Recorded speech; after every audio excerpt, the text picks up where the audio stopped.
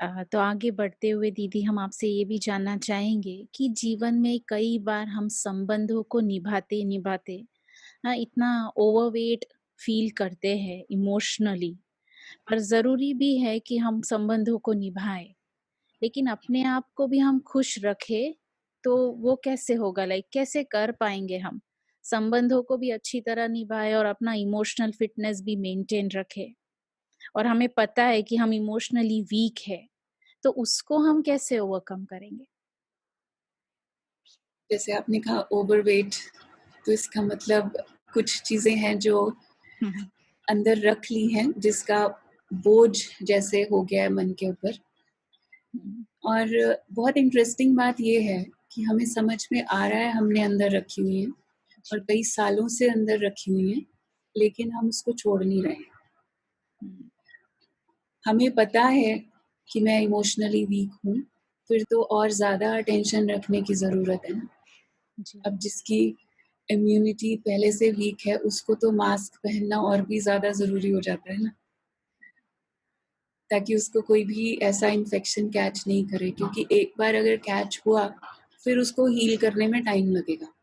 जी। तो इसलिए पहले ही कैच ना करूँ मैं ऐसा इन्फेक्शन, उसके लिए अपना मास्क थोड़ा-सा स्ट्रॉन्ग वाला मास्क लगा के रखेंगे। वो पॉज़िटिविटी का एक मास्क, उसमें मेडिटेशन भी बहुत हेल्प करती है। लेकिन एक चीज़ जो ओवरवेट वाली है, उसमें बहुत इम्पोर्टेंट पॉइंट है फ़ॉरगिविंग। फ़ॉरगिविंग योरसेल्फ एंड फ़ॉरगिविंग अदर्स। क्योंकि कई बार माफ़ करना बहुत मुश्किल लगता है, या फिर ऐसा कहें कि हम करना नहीं चाहते माफ़। कई बार ऐसा होता है कि कोई ने कुछ कह दिया और सच में ऐसी हर्ट करने वाली बात कह दी, ऐसी डिस्टर्ब करने वाली बात कह दी, कि हम जितनी बार उस बात के बारे में सोचते हैं, हम लेट गो करने की कोशिश करते हैं, लेकिन हमें लगता है ऐसे कैसे माफ़ कर दूँ, ऐसे कैसे भूल जाऊँ। तो actually I don't want to forgive. Hmm, और अगर माफ़ कर भी देते हैं, लेकिन भूलते नहीं हैं। हुँ, फॉरगिव तो कर दिया, लेकिन we are not able to forget. Yeah true. और अगर भूला नहीं है, तो फिर जब भी थोड़ी-सी भी कोई बात दोबारा होगी, तो वो जैसे होता है पिछला सारा जो रिकॉर्डिंग थी, वो सारी याद आ जाएगी कि पहले भी ऐसे किया था, फिर दोबारा आपने ऐसे किया, तब भी मैंने माफ़ किया, फिर आपने ऐसा किया, तब भी मैंने माफ़ किया। वो सब कुछ भी अंदर रखा हुआ है। जस्ट इमेजिन कि कोई चीज़ को आप कितनी देर तक होल्ड कर सकते हो। हाथ में भी आप कोई चीज़ होल्ड करते हैं और जो पहले से ही वीक हो। आप सुपरमार्केट गए, आपको सामान उठाना है, आपको ट्रॉली नहीं मिली, आप आपको हाथ में उठाना पड़ रहा है, तो थोड़ी देर के बाद थक जाएँगे ना। जो पहले से ही वीक है, तो उसको तो ये याद रखना पड़ेगा कि कितना वेट उठा सकता हूँ और कितनी देर तक उठा सकता हूँ। और अगर हम स्ट्रॉन्ग भी हैं, तो देयर इज़ नो पॉइंट कि मैं सिर्फ़ वेट उठाने में ही अपनी स्ट्रेंथ को यूज़ कर लूँ। मेरे पास और बहुत सारे अच्छे काम है करने के लिए। तो इसलिए मुझे अपनी सारी शक्ति किसी की बातों को, और इंटरेस्टिंग बात ये है, किसी की गलतियाँ, उनकी मिस्टेक्स, उनकी खामियाँ, उनके फॉल्ट्स और सँभाल के रखे हैं मैंने मेरे मन में। हुँ, तो जस्ट थिंक अबाउट इट कि मुझे किसने ये ज़िम्मेवारी दी हुँ, कि दूसरों की कमियों को मैं अपने दिल में सँभाल के रखूँ। Hmm, I deserve to be happy, I deserve to be peaceful. या सो मुझे इस चीज़ से अपने आप को खुद ही फ्री करना पड़ेगा, क्योंकि as soon as I realize चीज़ों ने मुझे नहीं पकड़ा हुआ, बातों ने नहीं पकड़ा हुआ, मैंने बातों को पकड़ा हुआ है। तो हुँ, छोड़ेंगे तो छूट जाएँगे। तो जैसे ही हम इस चीज़ को रियलाइज़ करेंगे, ऐसे ही खुद को माफ़ करना भी उतना ही इम्पोर्टेंट है। हुँ, क्योंकि नहीं तो वो गिल्ट की फीलिंग में लंबा समय तक चलते हैं, वो भी एक ओवरवेट है। क्योंकि पास्ट में जो हुआ वो तो हुआ, भले मिस्टेक थी, मेरी गलती थी, लेकिन ओके, मुझे समझ में आ गया, मैंने रियलाइज़ किया, रिपीट नहीं करना है, आई टूक द लेसन। लेकिन आज भी प्रेज़ेंट में मैं उसी गलती के बारे में सोच के, मैं अपने प्रेज़ेंट को भी खराब कर रही हूँ। हुँ, मैं अपने आप को और वीक करती जा रही हूँ, क्योंकि गिल्ट आपके अंदर वीकनेस लाती है, लैक ऑफ कॉन्फिडेंस आता है, अपना सेल्फ रिस्पेक्ट कम होता है, और जितना सेल्फ रिस्पेक्ट कम होता है उतना ही इम्यूनिटी वीक वीक होती है हमारी। तो इसलिए इस चीज़ को थोड़ा-सा अगर हम अप्लाई करेंगे, अटेंशन देंगे, अप्लाई हो जाएगा। इट्स नॉट वेरी डिफिकल्ट, सिर्फ मुझे करना है। And of course meditation helps in that. Thank you didi, thank you so much for your time.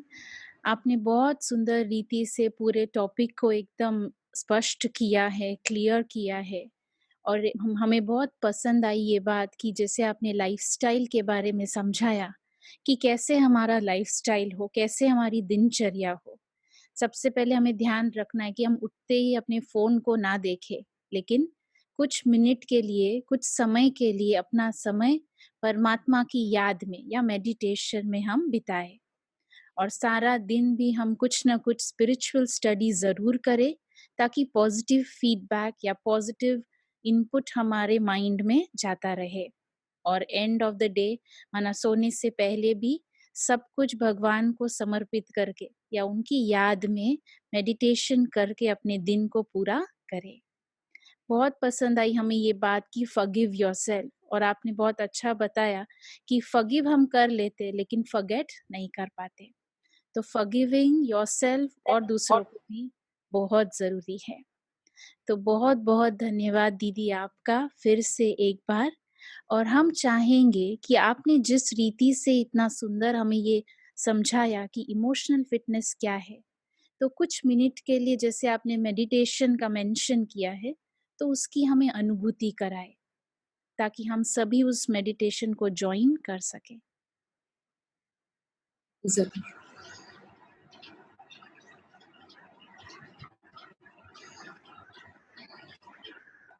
तो अभी कुछ समय के लिए हम मेडिटेशन का एक्सपीरियंस करेंगे।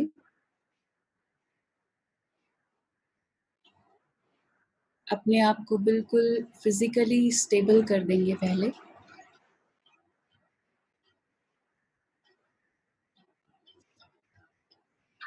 ओम शांति।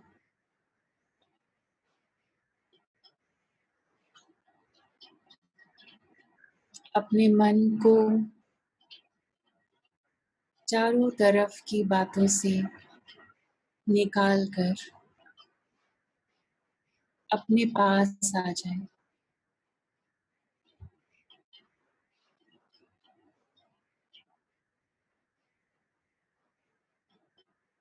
अपने आप से कह देंगे, ये थोड़ा-सा समय मेरा सिर्फ़ अपने लिए है।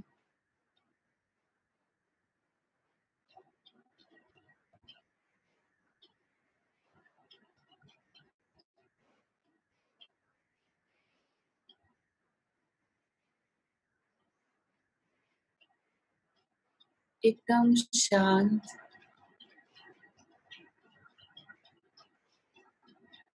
बहुत जेंटली ऑब्ज़र्व करेंगे मेरे मन में अभी क्या विचार चल रहे हैं।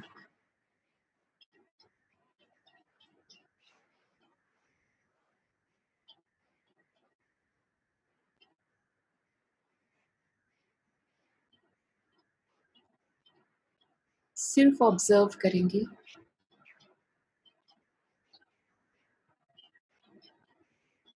और धीरे-धीरे खुद से एक कन्वर्सेशन अपने आप से बात करेंगे।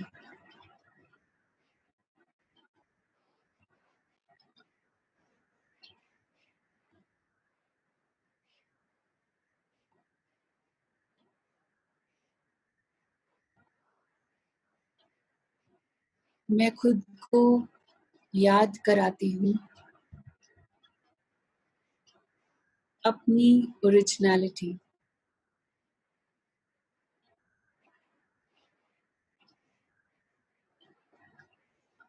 I was born healthy and fit.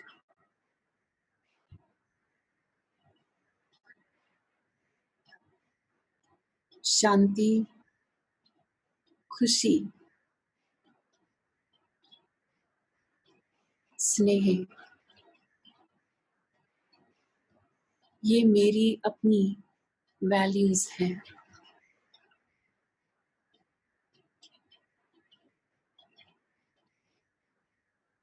लेकिन कभी-कभी चलते-चलते किसी कारण से थोड़ा खुशी कम होती है, शांति थोड़ा कम होती है।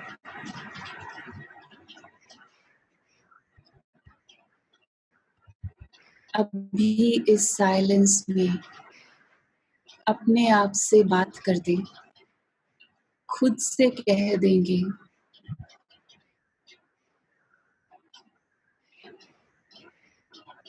कि मुझे वापस अपनी उस इमोशनल हेल्थ को फिर से प्राप्त करना है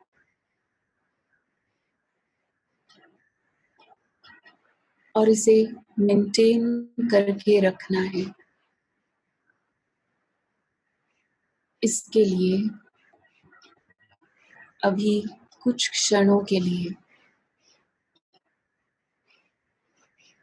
परमात्मा के साथ कनेक्शन जोड़ के, जो सुख का सागर, शांति का सागर है, विजुलाइज करेंगे, अपने मन की आंखों से देखें, ऊपर आसमान के पार, नीले आकाश से पार एक प्रकाश की दुनिया है। वहां से परमात्मा का प्रकाश, उनकी किरणें मेरे ऊपर आ रही है।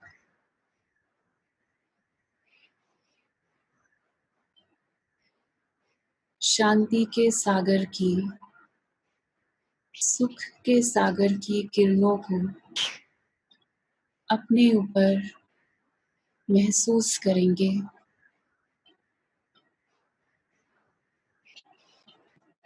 जैसे जैसे ये किरणों की वर्षा मेरे ऊपर होती है, सुख, शांति, प्रेम की किरणें ये मेरे अंदर प्रवेश होती है। मेरा मन एकदम स्टेबल, एकदम शांत होता जाता है। जैसे कि मेरे चारों ओर एक कवच बन गया है।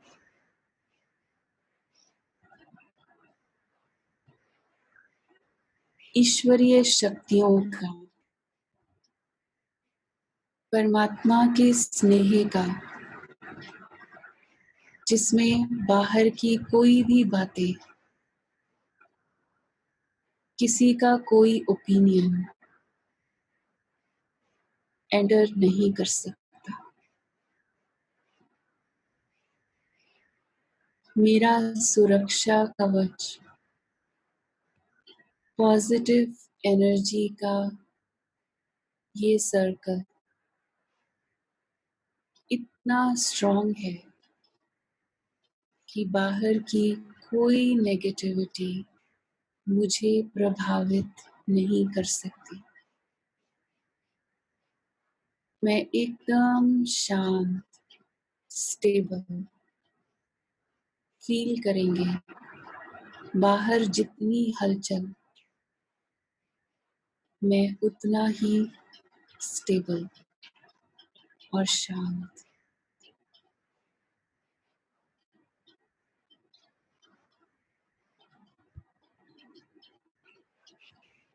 ओम शांति।